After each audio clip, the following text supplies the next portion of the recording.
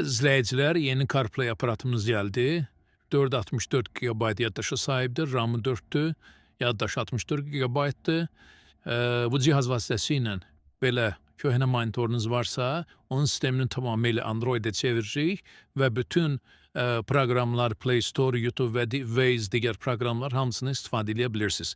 Maşın hərəkətdə ola-ola. Demək, cihazın istifadəsi çox sadədir. Bura USB taxılır və avtomobilinizin burada USB yerinə taxılır. Bu qədər. Hal-hazırda cihazımızı qoşduq USB vasitəsilə. İndi gözləyək. Bura CarPlay sözü gəlsin. Gördünüz, CarPlay sözü gəldi.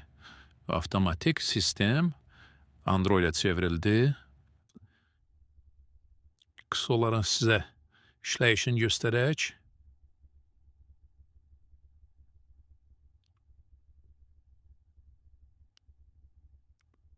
Bəli, sistem bu qaydada açılır.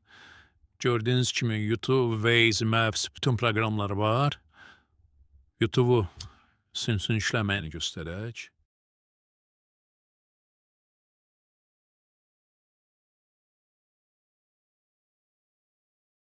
Gördüyünüz kimi bu qaydada işləyir.